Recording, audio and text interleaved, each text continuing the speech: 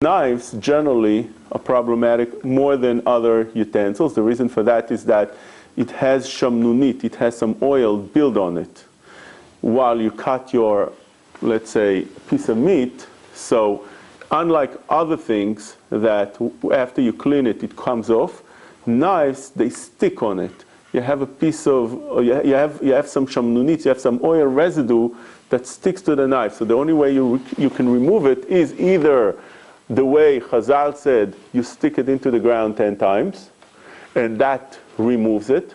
Or, again, we're talking about meat that is not yet soledit. Then it will get absorbed. But even though it's not yet soledit, it's cold, it gets that residue on it. So today, the way you remove it, you're not going to stick it to the ground. You take Brillo and you clean it with it. Some say that you don't need to go that far, as long as you wash it today with all the different washing, cleansing things that you have, all the soap and all the detergents and everything.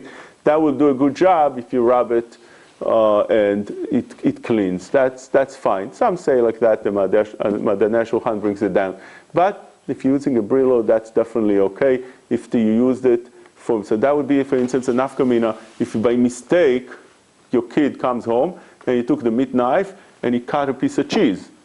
Hard cheese also gets that build-up of residue on it, and it's a meat knife, so what are you supposed to do? Take it and wash it with that Brillo, and that is fine. But remember, when you're washing something that became not, that was used with something not kosher or the opposite kind, right? A meat knife was used with cheese, or even a plate, that it's a meat plate and somebody put some cheese on it, and vice versa.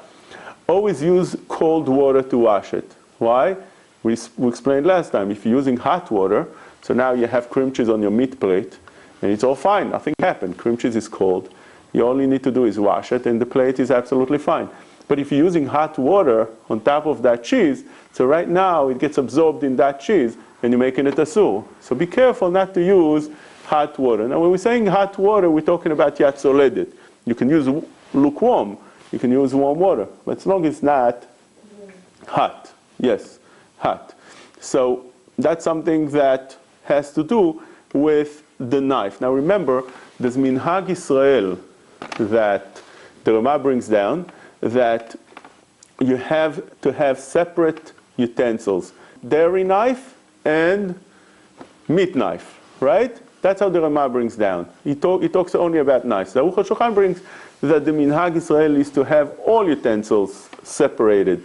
Dairy utensils and meat utensils. That's the way that it's Minhag Israel. And you have to mark it in order to know which one is dairy and which one is meat. Minhag Israel is to mark the dairy utensils. So today I think the Minhag became to have a blue mark on the dairy and red mark on the meat. But in the halacha, it's not needed. You can only mark, if you want, the dairy, and that's enough. And you know that whatever is marked is dairy, and that's the way it is. Why you mark only the dairy?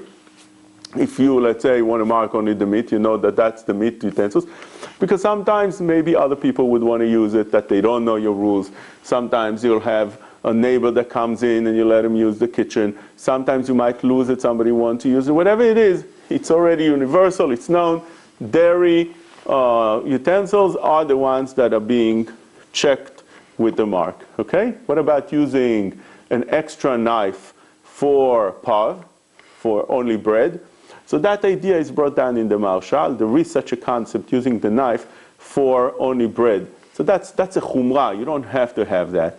In halakha, it's not brought down. And we explained before, you don't have to have parv utensils. You don't have to have that. But it saves you a few problems we spoke last time. Few things that you might come to an issue, and therefore it's better to have also something parv. But mikar adin, it's not necessary.